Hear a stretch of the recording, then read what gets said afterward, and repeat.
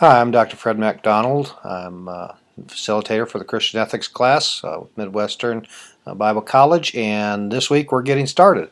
And I'm glad that you're going to be a part of our class and looking forward to a great term because ethics is something that we do every day. A lot of times we don't even realize it, but as we make decisions, as we figure out how we're going to do something, whether we're going to do something or not do it. We engage in ethics. Some of our ethical decisions don't have a lot of long-term consequences. Some have eternal implications to them. And so this term we're going to be looking at how ethics relates to our the decisions that we make and the things that we deal with in our lives. But more importantly, we're going to look at what God's Word has to say about those ethical decisions, because when you get right down to it, it really doesn't matter what we think about something. It's what does God think? And we're going to have an opportunity to apply those to many of the things that we deal with in our lives, as well as the things we read about in the newspaper and see on the evening news. So I'm glad that you're a part of it, and I hope this is a great term for you, and that that God helps you to grow in your decision making. And just wanted to give you a little background to the class, some of the things that we'll be dealing with this term. In this first week, of course, you'll have some reading assignment, as you will each week, from your textbook. And if you look in the course content each week, you'll find out what that reading assignment is. I wanted to highlight for you this week the discussion boards. If you've taken other online courses, you're very familiar with the discussion boards.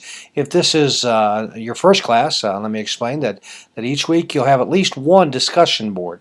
There are a couple of weeks where there are two questions, and in either case, whether there's one or two, the requirement is that you post a reply or a response to each discussion board question for the week, and that you reply to at least one of the responses from one of your other students.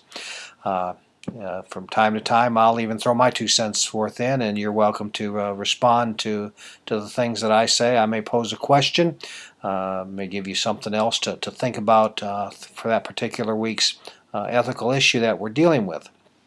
I also want to highlight for you that in weeks 2 and 7 of the term, you're going to have your two major papers to write. In each of those situations, you will select an ethical issue and write a position paper. How do you understand what God's Word has to say about that particular subject? You need to deal with a different issue each time. Those will be in weeks 2 and week 7. I think the syllabus says week 2 and week 5. If it's okay with you, the second one won't be due till week 7.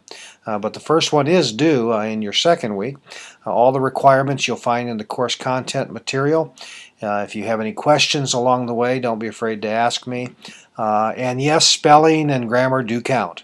And so I would highly encourage you, it is perfectly ethical to have someone else take a look at your paper that you have written and edit it make some corrections, point out some where maybe you have some misspelled words or some grammatical issues, and when you turn that paper in, that will be a part of your grade. The third week, you will be writing a review of one of the top songs. What are the ethical issues, the biblical ethical issues related with the lyrics to that song. But that won't come till week 3, and when you open the course content for that week, you'll see what the requirements are. The first 6 weeks of this course, you will have a quiz to take. Week 7 and week 8, there is no quiz. So when after you've done the reading material, you can take the quiz.